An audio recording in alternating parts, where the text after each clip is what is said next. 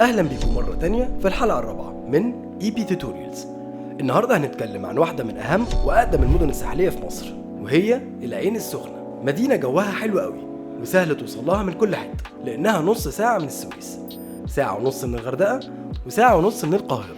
ده اللي خلاها مناسبة جدا للسفر في الويك اندز للعائلات والجروبس. فمن هنا العين السخنة لفتت انظار المطورين وبدأت تلمع قوي، خصوصا بعد مجموعة مشاريع بورتو. فالديفلوبرز الكبار بدأوا ياخدوا أراضي هناك زي لافيستا، أزها، ماونتن فيو، حسن علام، تطوير مصر، ومصر إيطاليا، وغيرهم كتير. وبعد إنشاء ميناء العين السخنة ظهرت ضرورة إنشاء العاصمة الإدارية الجديدة، وعشان تقدر توصل لكل ده كان لازم الدولة تعمل شبكة طرق، وده اللي هنشوفه دلوقتي مع بعض.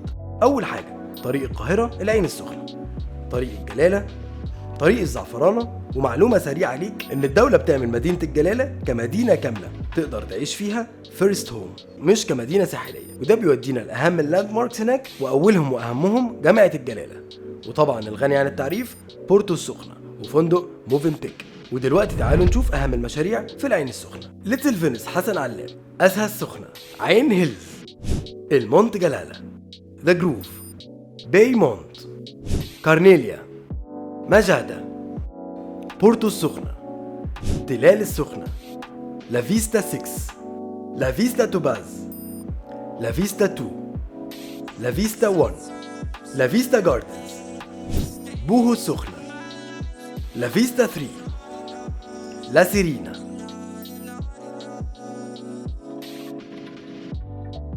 بلو، ماونتن فيو 2 السخنة، لافيستا 7، لافيستا 5، لافيستا 4، كاي العين السخنة، بلاجيو، لافيستا راي، ماونتن فيو 1 السخنة.